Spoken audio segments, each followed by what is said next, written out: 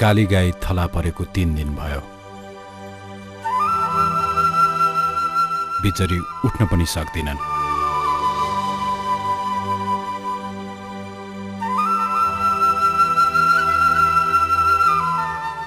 ला यिनको त परानै गयो।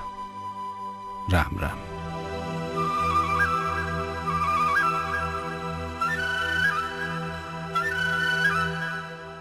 यो गोठमा अहिले 17वटा गाई गोरु छन्।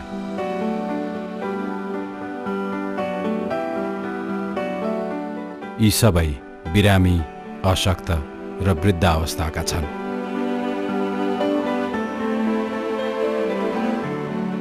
बुढो भएपछि गोरुले जोत्न र गाईले दूध दिन छोड्छ। पहिले यस्ता गाईवस्तुलाई किसानले भारत पठाउँथे।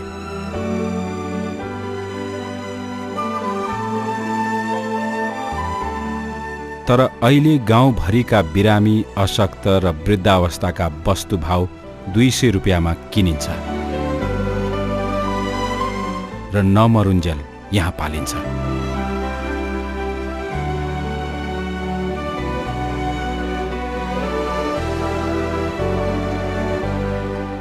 यो ठाउँलाई गौरक्ष केन्द्र भनिन्छ।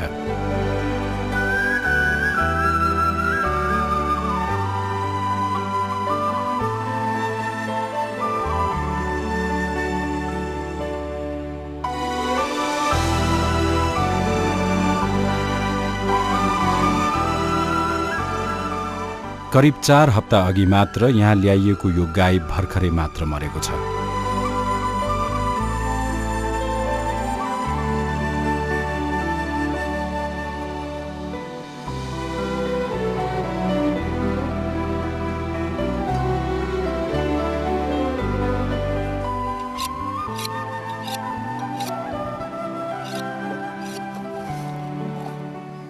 अब यसको छाला निकालिँदैछ।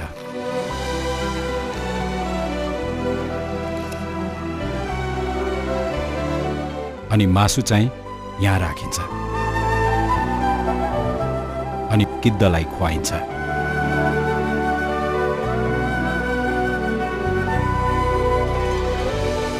गिद्धहरूलाई शुद्ध मासु खुवाउन बनाइएको यो ठाउँलाई जटायु रेस्टुरेन्ट भनिन्छ।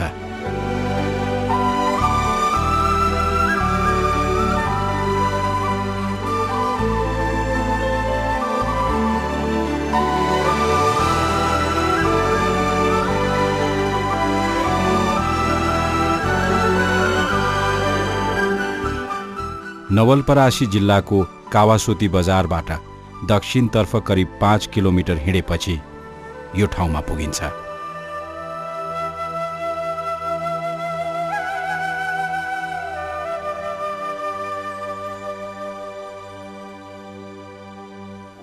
अब हामीले यो अवधारणा ल्याइसकेपछि हाम्रो अब पहिला चाहिँ यो आरएसपीबी भन्ने इङ्ल्यान्डको संस्थाले सहयोग गर्यो। त्यसबाट हामीले चाहिँ यो गोठ बनायौँ। गोठ बनाइसकेपछि 2 जना स्टाफ, 1 जना गोठाले र 1 जना चाहिँ हाम्रो एजुकेसन अफिसर, 2 जना सुरु हामीले यो सेटअप गरिसकेपछि अनि युएनडिपीबाट चाहिँ स्मल ग्रान्ट भन्ने फन्ड पायौँ। त्यो फन्ड पाइसकेपछि हामीले चाहिँ यो विभिन्न किसिमको संरचनाहरू, अब अर्को गोठ थप्यौँ, हामीले सूचना केन्द्र बनायौँ, त्यसपछि हाम्रो मिटिङ हल, त्यसपछि पुल बन्दैछ त्यहाँ। अनि अर्को कार्यक्रम भनेको हाम्रो चाहिँ जटायु अवलोकन टावर। त्यो बनाइसकेपछि हामीले अब संरक्षणको साथसाथै हामीले जनतालाई पनि केही गरौँ भन्ने हिसाबले चाहिँ हामीले अब गडेउला खेती, गडेउला मल बनाउने चाहिँ ट्रेनिङ हामीले यहाँको जनताहरूलाई दियो।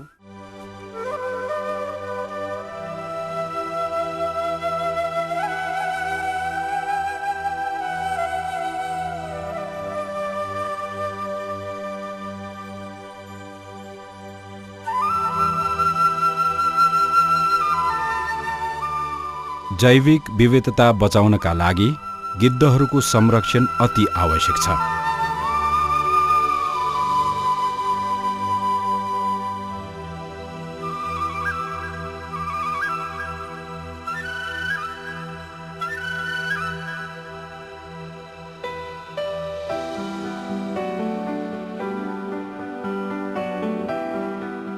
त्यसैले जटायु रेस्टुरेन्ट संरक्षणविदहरूका लागि एउटा अध्ययन केन्द्र र गिद्धहरूका लागि आहारा स्थल हुन पुगेको छ।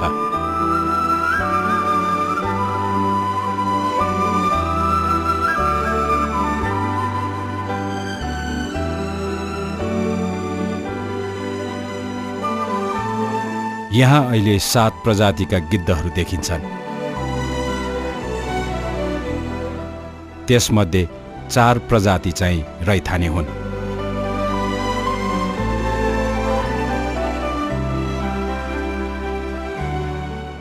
यीमध्ये 2 प्रजातिले यस भेगमै प्रजनन गर्छन् भने बाँकीले पश्चिम नेपालको मध्य पहाडी भेगमा।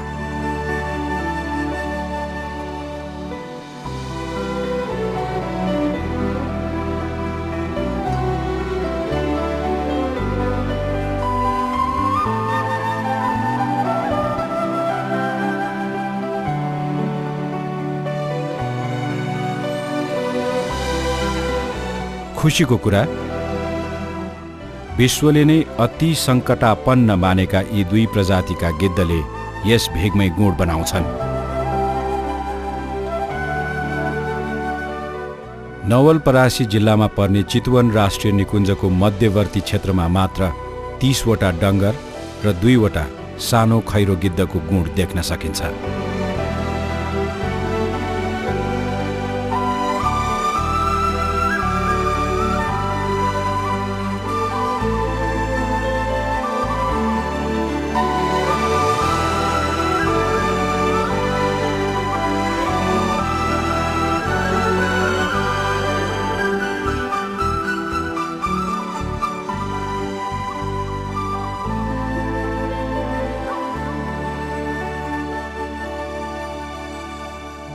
जटायु रेस्टुरेन्ट गिद्धहरूको आहार स्थल हो। यहाँ सिनो फालेपछि गिद्धहरू झुमिएर आउँछन्। रुख रुखमा गिद्धहरू बसेका छन्। कोही उडिरहेका पनि छन्। बिस्तारै यिनीहरूको नजर यो सिनोमा पर्दैछ।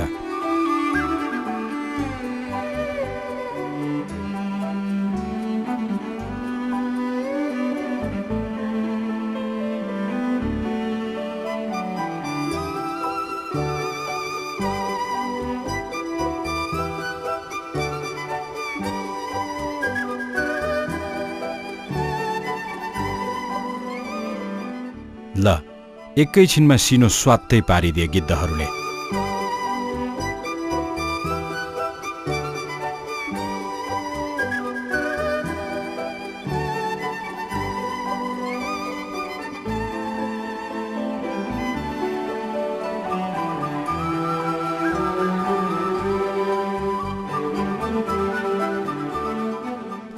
यदि गिद्धहरू नहुँदा हुन् त यो सिनो त्यसै कुहिन्थ्यो।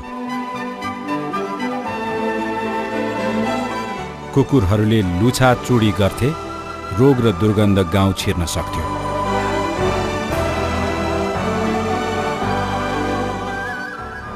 गिद्धहरूको उपस्थितिले त्यो सम्भावना न्यून गरिदिएको छ।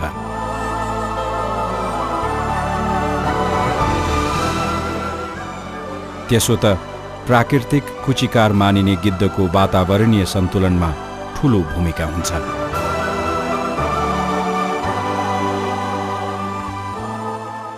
यो पारिस्थितिकीय प्रणालीको एक अभिन्न अंग हो।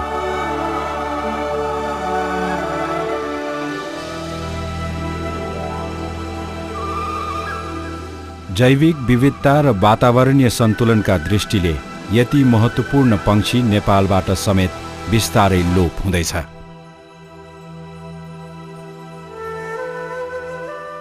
जसको ज्वलन्त उदाहरण हो डङ्गर गिद्ध। यो 1.5 दशक अघिसम्म नेपालमा करिब 1,50,000 को संख्यामा थियो। तर अहिले त्यो संख्या घटेर 1,000 जोडीमा सीमित भएको छ। भारतमा मात्र आजसम्म यही प्रजातिको गिद्ध 79.9% लोप भएको छ।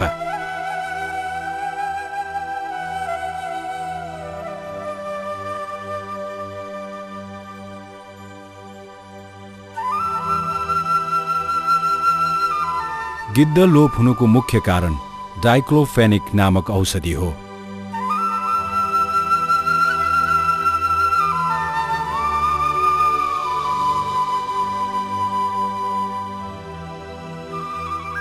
यो गाईवस्तुलाई खुवाइने पीडानाशक औषधि हो। यस अघिसम्म धेरै किसानहरू उपचारका क्रममा गाईवस्तुलाई यो औषधि खुवाउँथे। यसरी औषधि खुवाइएको वस्तुभाव उपचारकै क्रममा मरेपछि त्यो सिनो गिद्धको आहारा हुन पुग्थ्यो।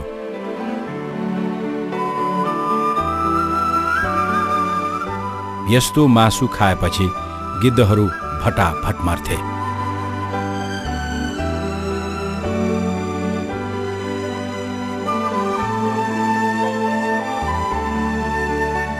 गाईवस्तुमा यसको प्रयोग अत्याधिक भेटिएपछि नेपाल, भारत लगायत सबैजसो देशहरूमा यो औषधिमाथि प्रतिबन्ध लगाइएको छ। गिद्ध लोप हुने यो क्रम बढ्न थालेपछि 2063 सालमा जटायु रेस्टुरेन्ट स्थापना भएको हो, जसले गिद्धको संरक्षणमा निरन्तर काम गरिरहेको छ।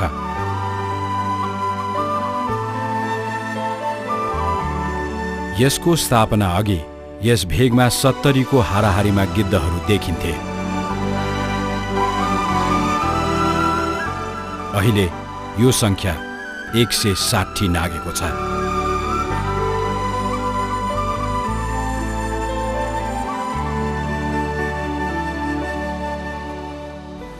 युएनडीपी साना कार्यक्रमले यो बिसिएनसँग मिलेर जनसहभागीमूलक यो जटायु संरक्षण योजना नवलपरासीमा लागू गरिरहेको छ। अहिले यो चाहिँ यो गिद्ध र जटायुहरू चाहिँ नेपालमा एकदम अहिले लोप हुन लागेको स्थितिमा छन्। जटायु संरक्षण योजना यो आफै एउटा एकदम मौलिक र चाहिँ एउटा युनिक कार्यक्रम हो। यस्तो संसारमा धेरै कम छ। हाम्रो नेपालमा त यही मात्रै होला अहिले। र यो महत्त्व पनि एकदम बढी छ, किनभने यो इकोसिस्टममा गिद्धको र यो जटायुको अति नै महत्त्वपूर्ण रोल छ, भूमिका छ। र नेपालबाट खास गरेर तराई क्षेत्रमा गिद्धहरूको लोप हुने स्थिति जुन थियो त्यसलाई यो कार्यक्रमले बचाएको छ र समष्टिमा यो पारिस्थितिक प्रणाली इकोसिस्टममा यो मेन्टेन गर्नको लागि एकदम महत्त्वपूर्ण रोल खेलेको छ।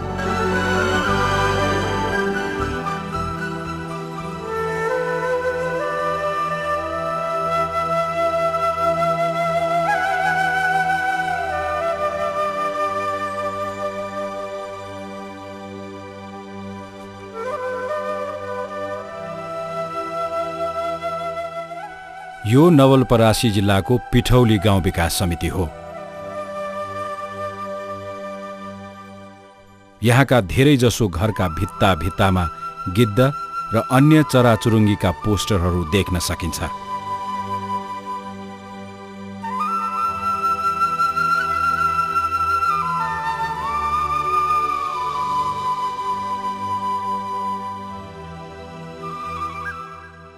यी जुनेली चौधरी गिद्धको चित्रमुनि मस्तले मसला पिँधिरहेकी छिन्।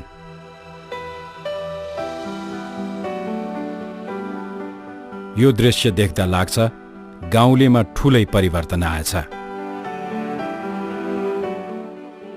यिनै गाउँले हुन् जो गिद्धले घर नाग्यो भने मात्र पनि आफू अगति परेको ठान्थे, तर अहिले यिनै गाउँलेहरू यसको संरक्षणमा जुट्न थालेका छन्। पहिला के भन्थ्यो भने एक गिद्ध जाने उडेर घरमाथिबाट जाँदाखेरि पनि लो गिद्ध आयो, घर नाग्यो, बाहुन ल्याएर जाने चोखाउनु पर्छ भन्ने कुरा जुठो पनि मान्थ्यो। अब अहिले आएर जुठो चाहिँ होइन जस्तो लाग्यो मलाई। सबैजना भएर गिद्धको जाने बारेमा जाने अहिले लागि परे पनि छ।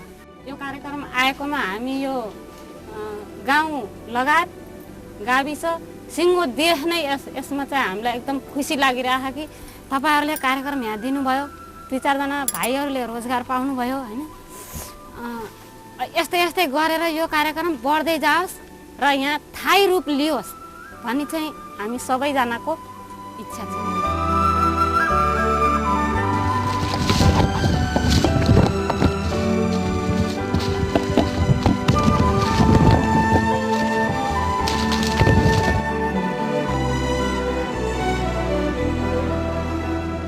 यो केन्द्रले गाउँका बेरोजगार युवालाई नेचर गाइड तालिम दिएको छ।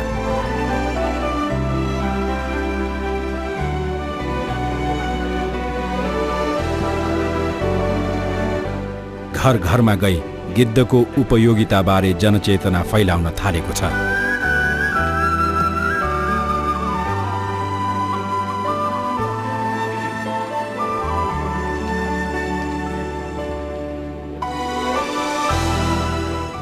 यो अभियानमा नेपाल पंक्षी संरक्षण संघले सघाइरहेको छ।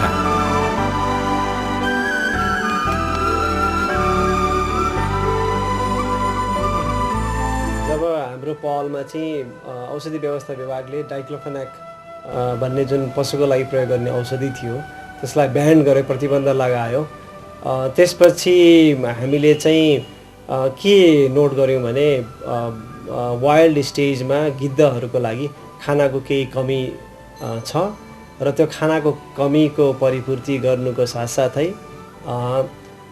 जुन खाना गिद्धहरूले खान्छन् त्यो चाहिँ स्वच्छ र डाइक्लोफेनाक रहित होस् भन्ने उद्देश्यले हामीले यो भल्चर रेस्टुरेन्ट, जटायु रेस्टुरेन्टको चाहिँ नवलपरासीमा स्थापना गऱ्यौँ र यो रेस्टुरेन्ट स्थापना गरिसकेपछि त्यहाँ आउने गिद्धको सङ्ख्या बढेर गएको छ र त्यसको साथसाथै पहिले जति गिद्धहरूले गुण लगाउँथे त्यहाँ अहिले चाहिँ आएर दोब्बर भएको छ। अब यसमा यो भल्चर रेस्टुरेन्ट खोल्ने आइडिया चाहिँ नेपाल पन्छी संरक्षण सङ्घको हो र यसमा चाहिँ आर्थिक सहयोग गर्ने अथवा प्राविधिक सहयोग गर्नेमा युकेको RSPB, Royal Society for Protection of Birds र नेपालमै स्थित संयुक्त राष्ट्र सङ्घीय विकास कार्यक्रमको साना अनुदान कार्यक्रम अन्तर्गत हामीलाई चाहिँ आर्थिक सहयोग प्राप्त भएको छ। र यो गिद्ध रेस्टुरेन्ट जुन जटायु रेस्टुरेन्ट छ यसको चाहिँ विशेषता भनेको सम्पूर्ण विश्वमा हेर्दाखेरि समुदायले यसरी सञ्चालन गरेको भल्चर रेस्टुरेन्ट चाहिँ विश्वमा कहीँ पनि नभएको हामीले पायौँ र नेपालमा यो विश्वकै एकमात्र समुदायले सञ्चालन गरेको भल्चर रेस्टुरेन्ट भनेर हामीले यसलाई भन्छौँ। जेनरल अडियन्सलाई त मेरो के छ भने एउटा अनुरोध कि यो गिद्ध बचाउनमा चाहिँ यो संस्था र अथवा सरकारले मात्रै गरेर हुँदैन, प्रत्येक समुदायको चाहिँ यसमा हातेमालो चाहिन्छ, हामीलाई सपोर्ट चाहिन्छ र गिद्ध भनेको चाहिँ एकदमै लाभदायक पन्छी हो, लाभदायक जनावर हो। यो हेर्दाखेरि मात्रै नराम्रो देखिन्छ तर यसले गरेका कामहरू मानिसलाई प्रत्यक्ष रूपमा निकै फाइदा पुग्ने कामहरू हुन्छ र यसको संरक्षणको लागि समुदायबाटै लाग्नुपर्ने मेरो अनुरोध छ। यो अभियानमा संलग्न गाउँलेको उत्साह हेर्दा आउने दिनमा यी गिद्धहरू यसरी नै रम्न पाउने छन् भनेर आशा गर्न सकिन्छ।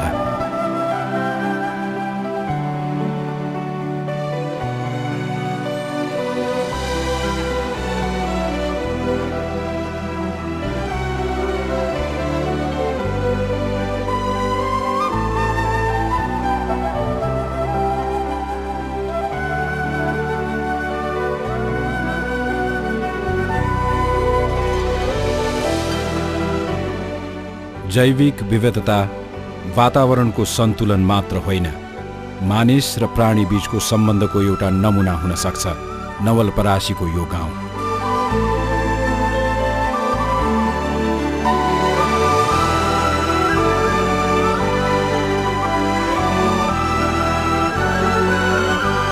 Vultures are a crucial part of Nepal's environment and Nepal's wildlife. And as well as having a right to be here, they do a very important job in disposing of carcasses. So without vultures, we've got big problems across Nepal and across India of animal carcasses, particularly cattle and buffalo. They're no longer being consumed. Vulture restaurants are an innovative idea. They're a good idea and they're part of the solution.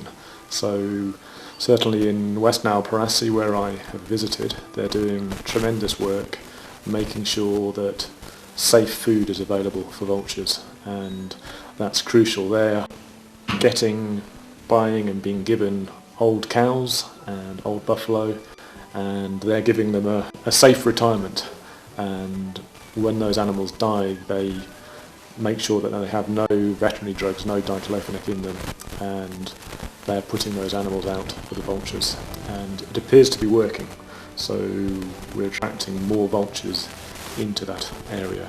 So I say it's part of the solution, because also in West Narrabirassi they've gone around, they've visited all the vets, all the farm shops, all the pharmacists, and made sure that diclofenac is not in that area, which I think that's the real key message and what they're doing very well.